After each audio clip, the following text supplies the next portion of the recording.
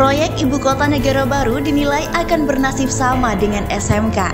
Pernyataan tersebut dilontarkan oleh mantan Menteri Kehutanan era SBY, yaitu Malem Sambat Kaban. Dia menilai bahwa proyek IKN akan mangkrak karena sisa jabatan Presiden Jokowi hanya tersisa 2 tahun. Apalagi mengenai pendanaan proyek IKN menggunakan APBN yang saat ini diketahui masih di masa pandemi. Sehingga terkesan proyek IKN memang benar hanya untuk kepentingan publik. Tidak ada unsur kepentingan untuk rakyat dalam pembangunan mega proyek IKN. Bahkan, meski saat ini Undang-Undang IKN sudah disahkan oleh legislatif, tetapi masih belum juga diberi nomor dan disampaikan kepada publik.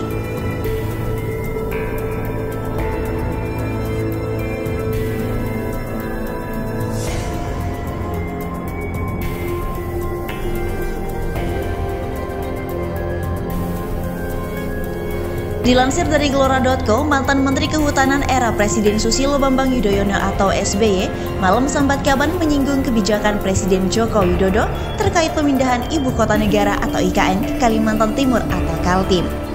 Melalui akun Twitter pribadinya, MS Kaban menilai pemindahan IKN terkesan dipaksakan. Menurutnya, Jokowi terlalu memaksakan pembangunan IKN baru dengan menggunakan dana APBN dalam masa pandemi. Pemerintahan Presiden Jokowi paksakan bangun IKN dengan APBN yang terseok-seok. Patut disebut egois, tidak pro rakyat. Rakyat sedang berat menerima beban hidup. Tulis MS Kaban. Ia menilai kebijakan pemindahan IKN sebagai kebijakan egois dan tidak pro rakyat. Mantan Ketua Umum Partai Bulan Bintang atau PBB itu juga mengatakan bahwa proyek IKN berpotensi mangkrak. Selain karena anggaran, kekuasaan pemerintahan Jokowi tinggal 2 tahun. Di samping itu, ia juga membandingkan proses pembangunan ibu kota baru dengan proyek SMK yang hingga kini tidak jelas juntrungnya. Hampir 7 tahun berkuasa, pembangunan infrastruktur juga terseok-seok berpotensi mangkrak.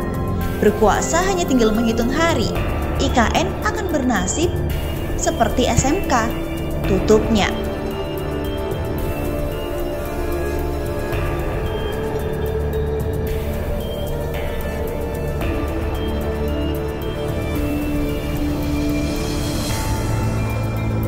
Sementara itu, diberitakan secara terpisah oleh CNN Indonesia Jakarta, Undang-Undang Ibu Kota Negara atau Undang-Undang IKN belum berlaku meski sudah 3 pekan disahkan pemerintah dan DPR.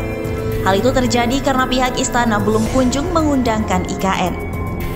Hingga saat ini, Kementerian Sekretariat Negara atau Setnek belum mempublikasikan Undang-Undang IKN beserta nomor undang-undangnya. Staf khusus Menteri Sekretaris Negara Valdo Maldini meminta waktu untuk pengecekan saat CNNindonesia.com bertanya soal nasib undang-undang tersebut. Sementara itu, tenaga ahli utama Kantor Staf Kepresidenan atau KSP Wandi Tuturong belum bisa memastikan kapan Undang-Undang IKN diundangkan. Wandi hanya berkata pemerintah segera mengundangkan regulasi tersebut. Masih di Setnek, mestinya tidak lama lagi karena kita semua berkepentingan agar prosesnya cepat, kata Wandi lewat pesan singkat kepada CNNindonesia.com pada Senin 7 Februari lalu. Wandi berkata pemerintah perlu waktu untuk mengundangkan Undang-Undang IKN. Menurutnya, pemerintah sangat berhati-hati dalam merapikan dokumen aturan ini.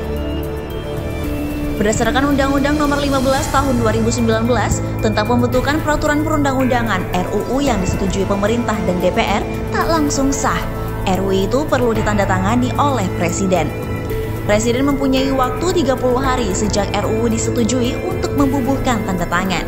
Jika Presiden tak kunjung menandatangani, RUU itu tetap sah menjadi undang-undang dan wajib diundangkan.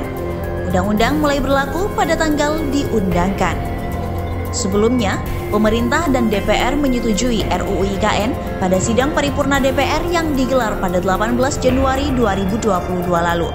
Undang-undang itu akan menjadi landasan hukum perpindahan ibu kota negara dari DKI Jakarta ke Nusantara.